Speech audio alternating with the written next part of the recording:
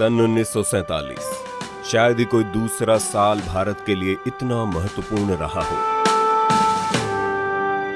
ये वही साल था जब बरसों से हो रहे जुल्म से आखिरकार आजाद होकर भारत अपने भविष्य की कहानी लिखने वाला था। आइए ले चलते हैं आपको एक सफर पर।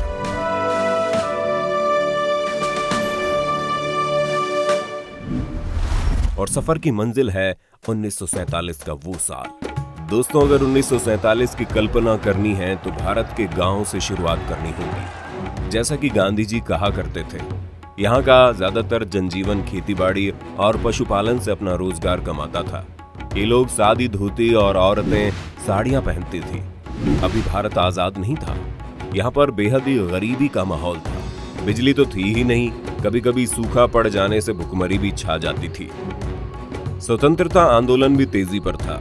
गांव में कोई परेशानी आने पर लोग कांग्रेस का कोई कार्यकर्ता खोजते, शायद वो गांधी तक उनका ये संदेश पहुंचा दे। गांधी लोगों के लिए लीडर ना होकर संत थे। आजादी बस आने ही वाली थी। एक अलग उत्सुकता थी यहाँ पर कोई भी नहीं जानता था कि आजादी का मतलब क्या है। किसी के लिए आजादी का मतलब होता कर माफी, किसी के लिए सूखे से बर्बाद हुई फसल का भुगतान, गद्दी पर अंग्रेज बैठे या नेहरू। ऐसे सवालों पर गांव के इक्का दुक्का लोग ही पेड़ के नीचे गहरा चिंतन करते हुए पाए जाते थे। गांव के गांव जाति आधारों पर बटे हुए थे। सबके अलग मोहल्ले थे। काम ना हो तो कोई दूसरे मोहल्ले में नहीं जाता था। जाति व्यवस्था की मार के नीचे दलित परिवार पिसते थे। दलितों के हित की राजनीति करने वाले देश में दो प्रमुख नेता थे, डॉक्टर अंबेडकर और महात्मा गांधी। अंबेडकर हमेशा इस बात पर गांधी से चिढ़ते रहे कि वो जातिवाद का समर्थन भी करते थे और दलितों का नेता होने का दावा भी। ये मतभेद इतने ज्यादा थे कि सार्वजनिक रूप से वो उस वक्त का सबसे बड़ा राजनीतिक बिग बॉस था। शहरों की तरफ रुख किया जाए तो यहाँ एक नया भारत था, एक विपरीत और एक उलट भारत। लोगों में बेहद राजनीतिक चेतना थी। साथ ही ज्यादातर शहरी भारतीयों की अंग्रेजों से अच्छी दोस्ती थी। भारतीय उद्योगपति और अंग्रेज कई बार तो साथ में उठते बैठते थे। और इस बात का पंडित नेहरू से बड़ा उदाहरण और कौन होगा, जिनकी विश्व के कितने नेताओं और राजनीतिज्ञों से दोस्ती थी। विलायत से पढ़कर आए नेहरू को कई बार गांधी आधा अंग्रेज कहने से भी नहीं कतराते थे। और यहाँ के लोग ज्यादातर या तो बिजनेसमैन थे या डॉक्टर, लॉयर इत्यादि। गुलाम रहे भारत की ऑफिशियल करेंसी रुपया या रुपए थी और इस पर किंग जॉर्ज 6 की तस्वीर लगी होती थी। आपको इंटरनेट पर कई बार ये गलत जानकारी भी मिल सकती है कि उस वक्त $1 1 रुपए के बराबर हुआ करता था। हम आपको बता दें, ये बात सही नहीं है। 1947 में $1 की कीमत 3 रुपए 30 पैसे आंकी जाती थी, पर निश्चित तौर पर रुपए की हालत अब के मुकाबले बेहतर थी। पेट्रोल उस वक्त आपको 41 पैसे प्रति लीटर के दाम पर उपलब्ध था और 1 किलो सोने की कीमत 103 रुपए थी। ये वो दौर था जब भारतवासियों की सालाना आय 200 से 250 रुपए से अधिक नहीं थी। उस वक्त का राजनीतिक लेखा झोंका देखा जाए तो प्रांतों में इलेक्शन हुआ करते थे और कांग्रेस से लेकर मुस्लिम लीग सभी इलेक्शन लड़ते थे। ज्यादातर देश का हिस्सा कांग्रेस के पास था और मुस्लिम लीग की भी देश के कुछ हिस्सों में अच्छी पकड़ थी। मुस्लिम लीग के जिद पकड़कर बैठ जाने पर आखिरकार ब्रिटिश सरकार को भारत के विभाजन का फैसला लेना ही पड़ा। गांधी इस फैसले के विरुद्ध अनशन पर बैठ गए, लेकिन बढ़ती पाकिस्तान की मांग को देख उन्हें भी जून आने तक ये फैसला स्वीकार करना पड़ा। माउंटबेटन ने शुरुआती वक्त में कांग्रेस और मुस्लिम लीग के बीच के बंटवारे की शुरुआती कार्रवाई पूरी की। माउंटबेटन ने उसी साल 2 बार कांग्रेस और मुस्लिम लीग के सामने प्रस्ताव रखा कि वो बंगाल का विभाजन न करके उसकी जगह जम्मू और कश्मीर को दोनों देशों के बीच में बांट ले। इस बात पर पहले कश्मीर के राजा हरि सिंह और बाद में कश्मीरी पंडित होने के नाते नेहरू अड़े रहे। 8 जुलाई 1947 को रेडक्लिफ भारत आए और रेडक्लिफ को भारत के विभाजन की जिम्मेदारी देकर यहाँ भेजा गया था। रेडक्लिफ को इस काम के लिए 5 हफ्तों का वक्त दिया था। नतीजतन भारत पाकिस्तान की सीमा, जिसे रेडक्लिफ लाइन भी कहते हैं, कितने ही लोगों के घरों और खेतों में से होकर गुजरी। बंटवारे का हाल कुछ यूं था कि किसी का घर हिंदुस्तान में आ गया और खेत पाकिस्तान में रह गया।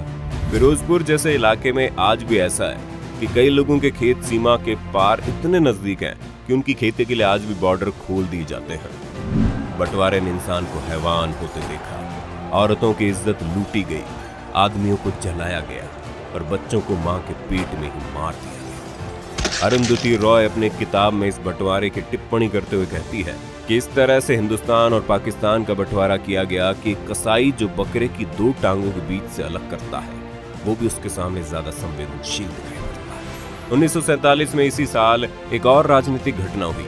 फरवरी के महीने में 12 तारीख को पंजाब के मोगा में जरनैल सिंह बराड़ का जन्म हुआ।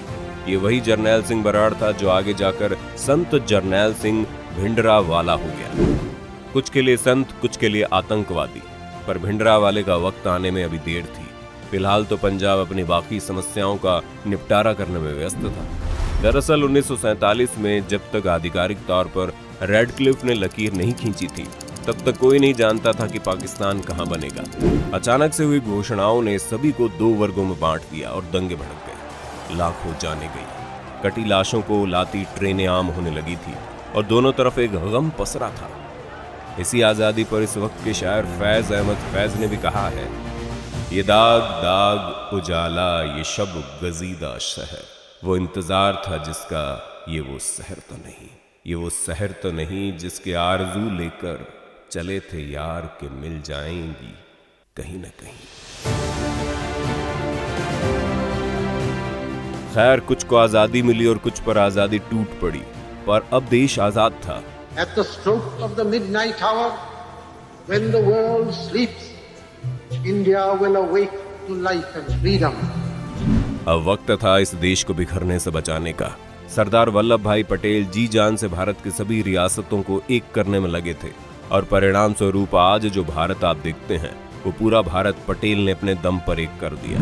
हैदराबाद और जूनागढ़ को मिलाने के बाद पाकिस्तान की नीयत खराब हो गई और पाकिस्तान ने कश्मीर पर हमला करके जंग का ऐलान कर दिया। कश्मीर उस वक्त ये तय ही कर रहा था कि वो किसके साथ जाए और पाकिस्तान के इस हमले ने यह फैसला लेना और आसान बना दिया और राजा ने इसी साल कश्मीर का भारत में विलय कर दिया। जंग अभी जारी थी और पाकिस्तान आखिरकार कश्मीर का कुछ हिस्सा जबरदस्ती छीनने में कामयाब रहा। ये काफी ज्यादा हैरान कर देने वाली हरकत थी क्योंकि अभी तक पाकिस्तान भारत पर ही निर्भर था। पाकिस्तान के पास अभी अपने यहाँ नोट छापने तक की हैसियत नहीं थी, जिस वजह से वहाँ के सभी करेंसी नोट भी भारत में ही छुपा करते थे। खैर, इसी साल के बंटवारे की बात करें तो पाकिस्तान का ये दोहरा चेहरा कई बार सामने आया। जब अम्बेडकर 1946 में चुनाव हार गए, तब मोहम्मद अली जिन्ना ने उन्हें अपनी पार्टी की तरफ से बंगाल इलेक्शन में सीट दी थी, जिस कारण वो आगे जाकर कांग्रेस की सरकार में भी कानून मंत्री बन पाए। इसी तरह अम्बेडकर के ही जोड़ीदार रहे जोगिंदर नाथ मंडल को भी जिन्ना ने पाकिस्तान सरकार में कानून मंत्री बनाया। जी हाँ, इसका ये मतलब हुआ कि भारत और पाकिस्तान दोनों के पहले कानून मंत्री दलित और पिछड़े वर्ग से थे। पर जहां जिन्ना का पिछड़े वर्ग को आगे करने में ये प्रयास दिखता है, वहीं दूसरी ओर विभाजन के बाद पाकिस्तान सरकार की इन्हीं दलितों के साथ की गई शर्मनाक घटनाओं के उदाहरण भी दिखते हैं। जैसे कि जब हिंदू और सिख आबादी पाकिस्तान से जाने लगी, तब जिन्ना ने दलितों को पाकिस्तान से जाने नहीं दिया। इस्लाम के आधार पर बना पाकिस्तान भी जाति व्यवस्था को अचानक मानने लगा था। ये दोहरा चरित्र नहीं तो और क्या है। खैर, 1947 का साल बीता और दोनों देश अपनी अपनी राह पर आगे बढ़े। आज एक वो देश है जो मंगल पर पहुंच गया, एक वो देश है जिस सितारों के नीचे से बॉर्डर क्रॉस करना तो आता है, पर अंतरिक्ष में उड़ना नहीं। उम्मीद है हमारी ये वीडियो आपको पसंद आई होगी। अगर हम आपको आज कुछ नया बता पाए तो एक लाइक जरूर कर देना, चैनल को सब्सक्राइब भी कर देना।